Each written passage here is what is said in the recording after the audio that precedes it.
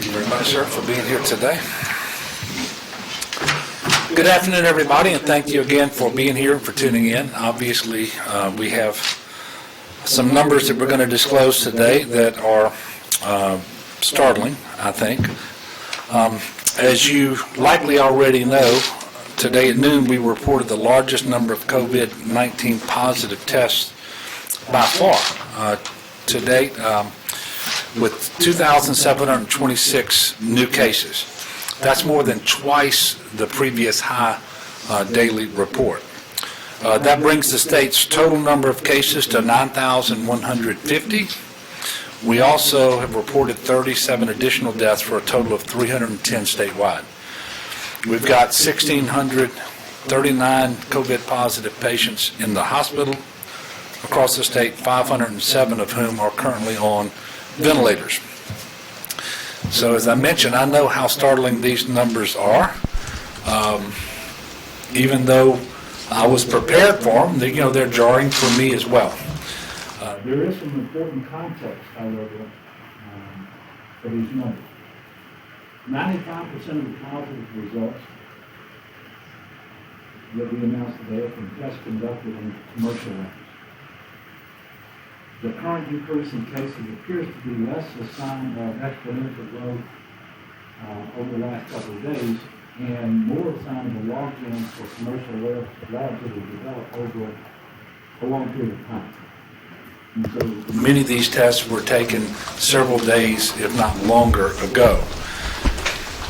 It is a very good thing that Louisiana has been able to rapidly ramp up our testing, and in fact, depending on the day, we're somewhere between the third in the nation or fifth in the nation in terms of per capita testing. That said, the reason we've been able to ramp up is we've got more and more commercial labs that have come online. But our different data systems have to be able to talk to one another, and that is part of the problem. A bigger part of the problem is with private testing, those labs have greatly exceeded their capacity in terms of the tests that they've taken in and that they're waiting to actually run through their labs. So what we're seeing is a logjam, and these tests are coming through in big numbers, breaking through the logjam. You may have seen yesterday, Quest by itself reported, or media reports were that they had 160,000 backlog tests at Quest. Similar stories coming out of LabCorp, for example. If there is good news for today's numbers, it's that the vast majority of those people who are COVID positive pursuant to today's report do not require hospitalization, and they've already been told by their physicians that they were COVID positive, and they've been in isolation for some time now. While the hospitalization and death rates remain high, it is also true that as we discover all of these new cases, the trend line is here in Louisiana is starting to match up with what we're seeing across the country in terms of the percentage of individuals with COVID-19 who have to be hospitalized and the percentage of those who die. So we're moving much closer to the national average. It is true, however, that we still have more than our fair share of people dying, and that is likely because we have more than our fair share of people who have the comorbidities that make them especially vulnerable. Again, these are things like diabetes, kidney disease, heart disease, hypertension, obesity. But we also have a lot more COVID-19 in Louisiana than we have thought up until now, and that's what the last 3 days of test results has, I think, unequivocally showed. You've heard a lot of talk about modeling, and I had a question about this yesterday, and I wanted to come out and address it. We're still working on our model as it relates to the number of deaths that we believe we can expect from COVID-19, but I was asked yesterday about the national modeling that was used at the press conference at the White House 2 nights ago. You might remember it showed that nationwide we could expect between 100,000 and 240,000 deaths. That model suggests that In Louisiana, the total deaths would be about 1,834. I would assume, but I'm not certain, that that's sort of the midline between those two ranges, because, nationally it was between 100,000 and 240,000, so there has to be a range for Louisiana as well, and we hope to be able to update you more on this shortly. But I would like to remind everyone, and I say remind, maybe the wrong word, that model was used 2 nights ago from the White House to talk about the number of deaths we could expect. But they didn't say that one of the assumptions underlying that model is that we actually continue to have the same mitigation measures in place all the way through the month of May. And so any of these numbers would also have to be attached to that particular assumption. Now, that model, the national model, also says that we will reach our peak count of daily deaths in about 8 days, with the death rate being about 76, starting on April the 10th. Obviously, this is very imprecise, and I'm not sure that that's what we're going to actually see, or that the peak may be higher than that, and it may come later than that.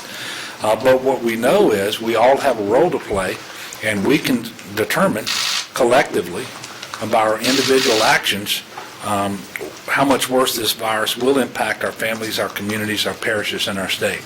That's related to how many cases we have in the state, how many people have to be hospitalized, how many people have to die, the demands we put on our healthcare system.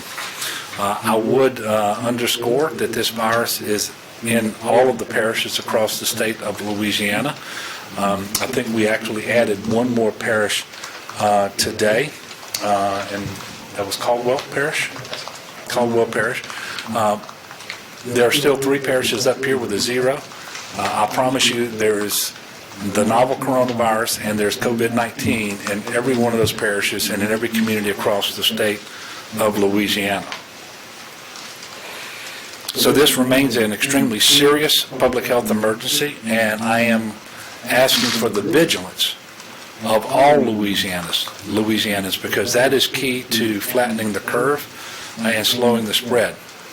That's also why later today I'm going to sign an executive order extending the stay-at-home mitigation measures through April the 30th. I told you several days ago that I would do this. And this order will be in alignment with the guidance coming from the federal government 2 nights ago, when President Trump announced the mitigation measures that he thought we should have in place through April the 30th. The new order is largely the same as the old one, except that it just now goes through the end of the month. And I am going to go back over the list of businesses that remain closed to the public, all places of public amusement, whether indoors or outdoors, including but not limited to locations with amusement rides, carnivals, amusement parks, water parks, trampoline parks, aquariums, zoos, museums, arcades, fairs, pool halls, children play centers, playgrounds, theme parks, any theaters, concert and music halls, adult entertainment venues, racetracks, and other similar businesses. All personal care and grooming businesses, including but not limited to barbershops, beauty salons, nail salons, spas, massage parlors, tattoo parlors, and other similar businesses. All malls, except for stores in a mall that have a direct outdoor entrance and exit that provide essential services and products as provided by the CISA guidelines. Businesses closed to the public pursuant to this provision shall not be prohibited from conducting necessary activities such as payroll, cleaning services, maintenance, or upkeep as necessary, but they are closed to the public. The order means that you still cannot gather in groups of more than 10, but frankly, you shouldn't be gathering in groups at all. That's what we've been talking about, minimizing social contact. And certainly if you're one of the more vulnerable people in our population by age or underlying health condition, you absolutely should not be gathering in groups. And it would be a great thing if Louisianans could employ their ingenuity to find new and different ways to connect with individuals without having to be physically together. Guidelines for funeral services and licensure for healthcare workers were already extended through April the 30th in the previous order, so those will not change. School closures will continue through April the 30th, and I can tell you that the Department of Education is in the process of determining what will happen beyond April the 30th, and I suspect we're going to have some guidance from them very soon, either tomorrow or early next week. Today, we're also announcing a new way that the public can stay up to date on the latest information concerning this crisis. This afternoon at 4 p.m., we're sending an emergency alert to all cell phones in Louisiana to alert them of the stay-at-home order. I know that people are used to associating this alert with severe weather, which is why I wanted to give everybody a heads up that it is going to come today. That said, it underscores how seriously we take this public health emergency in Louisiana. As you can see from our report today, it truly is a life or death situation. If people want to get alerts and updates, they can opt in for text by texting LACOVID to 67283. A lot of people are watching these news conferences, and I appreciate our media partners who bring these resources to you every day. And I want to let you know that we've added new information to the Department of Health dashboard in an attempt to be extremely transparent and candid with the people of Louisiana and do it on a real-time basis. So you're not going to be able to see information about available beds, ICU beds, and ventilators by region of the state. It will be updated daily at noon, just as all of the other information is updated related to testing. For more information and available resources, you can also visit the website coronavirus.la.gov. coronavirus.la.gov. That is a new address. We're working to unite as much information as possible because we are in this for the long haul, and we want this information to be readily available. I also want to thank really so many people across the state who work extremely hard every day. And we've been talking about doctors and nurses and respiratory therapists and all the other allied healthcare professionals, and they are true heroes in this. And we've got first responders all across the state at the local level and so forth doing tremendous work. And at the state level, we've got a lot of people working extremely hard and extremely well. I do want to give a shout out to the National Guard today. They have been delivering supplies throughout the state for the entire time that we've been in this emergency.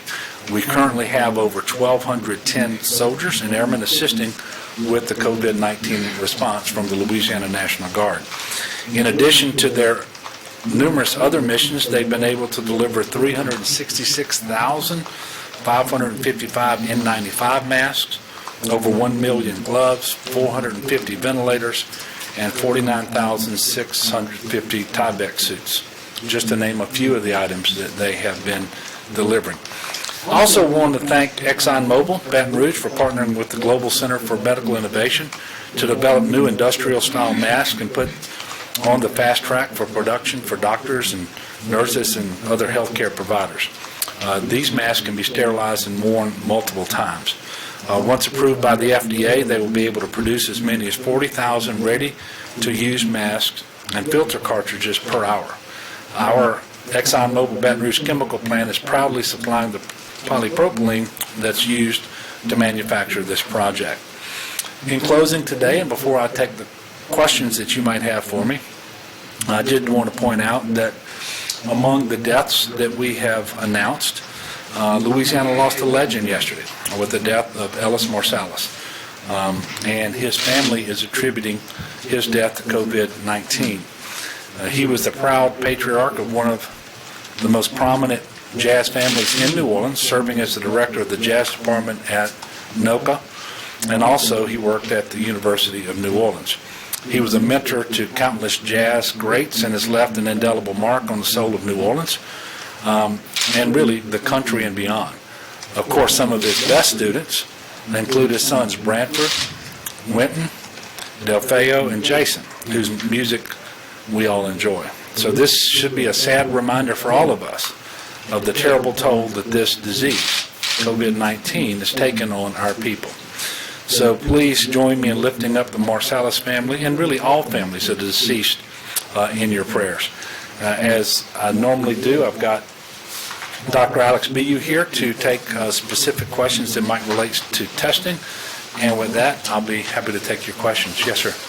Governor, given the sort of laziness you've described in the new cases that are confirmed in the past few days, there's a logjam, there's older test results, how exactly are you leading the state's response to this and grappling with the numbers? Do you have better data when it comes to the specific dates these tests are conducted, or are you looking at something else, some other component of the data that's informing the response? Well, I will tell you what I've been told, and I want Dr. Bu to pay attention as he always does, and if I say something wrong, come and correct me. Obviously, the number of cases we report on a daily basis is important. It's important to know that. But the two data points that inform our modeling more than any other, and really inform the modeling, I think, everywhere, are not new cases. They happen to be hospitalizations and deaths. And the reason is, new cases gives you a picture of how much COVID is out there. But the fact of the matter is, some significant percentage of people have COVID. They're totally asymptomatic. They've never been tested, and they're not going to be tested anytime in the near future. And if you read different studies, one came out of Iceland that suggests that number could be as high as 50%. And so the number of new cases doesn't necessarily tell you the trajectory you're on in terms of what you can expect to happen at your hospitals and in your ICU beds and on ventilators. So if you look at the number of people you have in your hospitals and the number of deaths, those two data points actually can tell you what trajectory that you're on. And so that's what's informing our modeling. And quite frankly, it suggests that we are still headed to a place where we're going to overwhelm our capacity to deliver health care as it relates to the total beds available and to ventilators. And even though we're reporting the highest number of cases today, the modeling that we have shows that those dates have slipped back in time, not ahead. I think it's one more day than what we reported yesterday. And so, and I didn't write this down, and I'll have to confirm this. I think it's April the 7th for vents and the 12th for beds in the New Orleans region. And our modeling doesn't show, and the further out you try to model, the more error there's going to be and the less you really can glean from your modeling efforts. We don't have in the 14-day window of our current modeling any other regions running out of beds. And so we will continue to update this modeling with new information as it comes in every single day. Yes, sir. This may be somewhat of a follow-up to that, but obviously Tuesday we saw a big spike in cases, Wednesday, and then today, and this may be a question partially for Dr. Bu, how long can we expect maybe thousands of cases at a time as it relates to maybe how big is this backlog, this logjam of cases? Well, we don't have really good information until we get it. We can tell you anecdotally, for example, that the drive-through testing that has been conducted in New Orleans at two sites that have since been combined into one, but they're testing up to 500 a day there, and 250 drive-throughs in Jefferson Parish. The majority of all of those tests have not yet been reported. So at some point, they're going to come through. Whether they come through in a uniform amount every day or whether there's an exceptionally large number of results that come through in a single day, we don't really know. And so until we come out here and tell you what that day's report is, we don't really know what to expect. But we think that that's going to continue to happen. The good news is the vast majority of those tests are being done on a drive-through basis. So those people are not so sick that they have to be in the hospital in the first instance. And so it's much more likely that those individuals don't have to go to the hospital in order to deal with this particular disease. And we're telling people when they show up to be tested, you may or may not be COVID positive, and we're going to tell you the result as soon as we have it. But from this point forward, you are to act as if you are. And so go home, quarantine yourself, and we will let you know what the results are. So those people should be, until they're deemed by their healthcare providers to be recovered, at home in isolation. So that's the good news with the vast majority of those particular individuals. And I wish I could give you a better answer, but the truth is we know more every day, but we don't know it before we report it. Yes, sir. Governor, any update on the two state lawmakers that are battling the COVID-19? I don't have an update, and I haven't been authorized by them or their families to share any information about their identities or their situations in any case. So I just don't want to do it.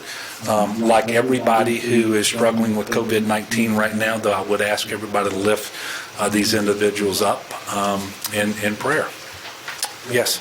Have you made any progress in getting additional ventilators at this point? And what is going on with the pricing that you're seeing? And has it reached a level of reporting it or gouging?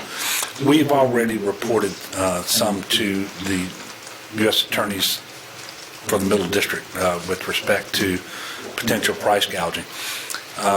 We have distributed 450 ventilators since the start of this. And that included yesterday the 150 that came from the Strategic National Stockpile. We have not gotten a line on any additional ventilators. We do believe that some of the orders we have with vendors, for example, will come in. Certainly not all of them, and we continue to call those people daily to check on that. We are trying to source ventilators literally all over the world. And the price has at least doubled on every ventilator that we're looking at from just where they were 3 to 4 weeks ago. So it's a very expensive thing, but you know, we have to do our best to get what we need to take care of as many people as possible, so that if and when we exceed our capacity, it's by the smallest number of people possible. That's what we do in order to protect the health and welfare of the people of Louisiana, and we are being aggressive. We are also renewing requests for those ventilators that have been held at the Strategic National Stockpile.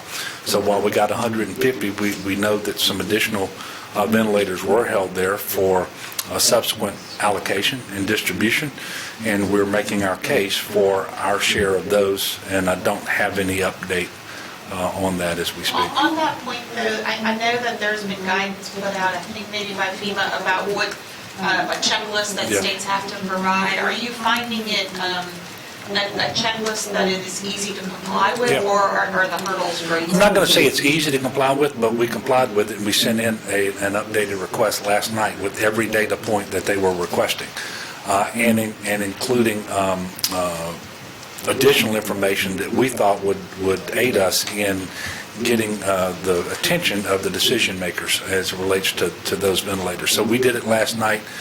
We continue to pursue those ventilators and every other ventilator that we can find because it is incredibly important.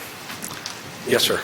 A few nights ago on the program you were also in, Dr. Fauci was asked about the possibility of further guidelines maybe requiring people in public to wear masks or face covering of some kind. I know a few states have already started looking into that or implementing that. Just from your standpoint, is that something possibly down the line you could be looking at, or is that you wait for the feds? Well, sure, it's something we can look at. What we don't want to do in the meantime is take the types of masks that are being worn by our healthcare providers before they have enough. But there is some evidence, and I think it's growing, and I think there's a growing consensus around this that the disease can spread perhaps more easily than they thought by people breathing and so forth. And so some covering of the mouth would aid that. The person wearing the mask is, I think, protecting others more than they're protecting themselves, but if we all do it, then there's protection for everyone. So that may come, but I would tell you, in order to to offer that protection, it is not necessary for the individual to wear an N95 mask that are in short supply for our healthcare providers. But there may be some other things that could be worn. And I don't believe that I would ever issue an order that says to go out in public, you have to wear a mask.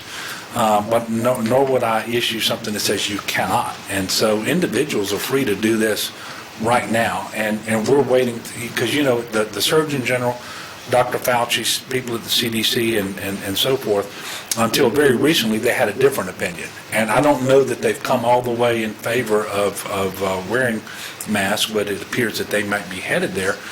So individuals are free to do that now. You know, and again, I don't think they have to have the N95 mask, but there are other things that they can wear. Yes, sir. Governor, I know that the Department of Education released a little bit about the steps next for in regards to this crisis. You said that the schools will remain closed until April 30th as well. What kind of impact is this going to have on high school graduating seniors and just high schoolers who are going to the next grade level in the long term, you think? Yeah, well, you know, I think there are going to be some options that are, I know that there are options being discussed now with Betsy who is the interim superintendent of education for Louisiana, and all the district superintendents. And they're really going to come out with an announcement soon, and I really don't want to get in front of them. But I don't believe you're going to see folks retained in grades unnecessarily. There are options out there. As you can imagine, they can take the grades as they existed on March the 13th, and that can be the final grade for the semester. They can convert to pass-fail, and if they do that, if that's the option, we will make sure that that doesn't interfere with someone's ability to qualify for TOPS, for example. Now, graduation ceremonies are something different. I don't know when we're going to be in a position to have a ceremony, but I don't think you're going to see a radically different percentage of high school seniors graduate this year as opposed to previous years. And that just doesn't make sense for anybody, not just the seniors, but for the state of Louisiana. But they're working through this now, and they're going to have more specific information very soon, and I'm going to hold off discussing this anymore until they do that. Melinda? This may be for Dr. BU, but I know we've discussed before the idea of reporting recoveries, and some countries have started reporting recoveries. Are we getting closer to getting to the point where Louisiana can start reporting how many people have recovered? Let me report one. Sean Wilson. And first of all, he's my Secretary of Transportation and a very valuable member of our team, and I'm very happy that he is recovered and back at work. There are obviously more people than Sean Wilson who have recovered, and I am going to ask Dr. BU to address this. But of all the data points that we have out there, the least consequential to us right now are those recovered, because that doesn't change anything about the decisions we have to make. And so we don't want to spend a lot of time, effort, and energy trying to ascertain that information if it takes us off the task at hand, which is getting all the other data points that are critically important. So, I as always, agree exactly with what the governor just said. You know, I think we're still looking at platforms that would help us do that electronically. We're still even considering the idea of using volunteers. I think one of the things to highlight what the governor said earlier, though, is, you know, there's obviously a lot of public interest around COVID-19. We still have to keep in mind that individuals still are you know, have the right to their privacy about their health information. So we're really thinking about thoughtfully, how do we gather that information in a way that also you know, looks at their privacy and honors that. But as the governor said, the most important thing is what we're keeping our eyes on right now, with really looking at healthcare resources and trying to find out the people who need to be taken care of in a hospital. yes, sir. Governor, I think the CDC indicated they were going to issue new guidance to states about high, low, and medium risk counties and that sort of thing. Have we gotten any update on that? And also, do you have an update on where the next SURE step-down facility is going to be located? What region of the state? Is Baton Rouge or somewhere else? Okay. I don't believe we've received that information. And I saw that a couple of nights ago, and look, we scour, and by the way, the CDC, the federal government, has been pretty good. They don't just put something out and you got to go get it. Every time they put something out, they send it to me, they send it to the Department of Health, our communications people get it. I haven't seen that yet, so I do expect that it's forthcoming. And it may or may not have information that causes us to do something differently than we're currently doing. And then your second question, I'm sorry. This next step-down facility, what region Oh. the state is going to be in, how timeline Yeah, on that? well, as I mentioned a minute ago, the modeling that we have right now for the period of time that it's reliable doesn't tell us the next region that will exceed its capacity for beds or ventilators. That's going to change over the next couple of days. What we're doing in the meantime, and when it changes, we're going to make the decision about which area, and it could be more than one, that we pull the trigger on all at once. In the meantime, we are surveying and studying multiple facilities in every region of the state to see what the suitability is and what the cost would be to go in and stand it up as a step-down medical monitoring hospital, similar to what we're doing at the Convention Center in New Orleans. And we're gathering all that data. And so we're well ahead in the process, but we haven't had to reach the trigger points, and we haven't yet. But I can imagine that before this is over, we're going to have these facilities in all of the really populated areas. So obviously here in Baton Rouge, but obviously over in Lafayette and Lake Charles as well, potentially central Louisiana and Rapides Parish, and then you get up to the Shreveport area and over to Monroe as well.